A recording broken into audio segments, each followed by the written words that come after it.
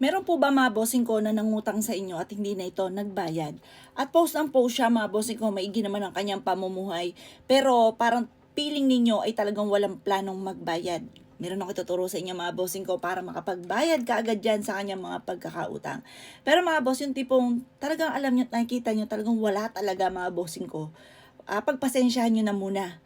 Pero kung ito i-post ng post at talaga namang alam nyong mapera at ayaw lang talaga magbayad, gawin nyo po ito. Kumuha po kayo mga bossing ko ng isang bawang. Isang butil na bawang lamang. Balatan nyo po ito at isulat ang pangalan ng taong may utang sa inyo. At pagkatapos mga bossing ko, kumuha kayo ng foil. Yung foil mga bossing ko, ilalagay nyo ng pamintang durog. Pagkatapos mga bossing ko, pwede nyong isulat sa likod ng kanyang pangalan sa bawang yung magkanong amount ng kanyang pagkakautang sa inyo. At pagkatapos, ito po mga bossing ko, bulungan nyo po muna na magbayad ka kagad sa mga pagkakautang mo. Ganun po mga bossing. At pagkatapos, ito po ay tupiin nyo po sa foil.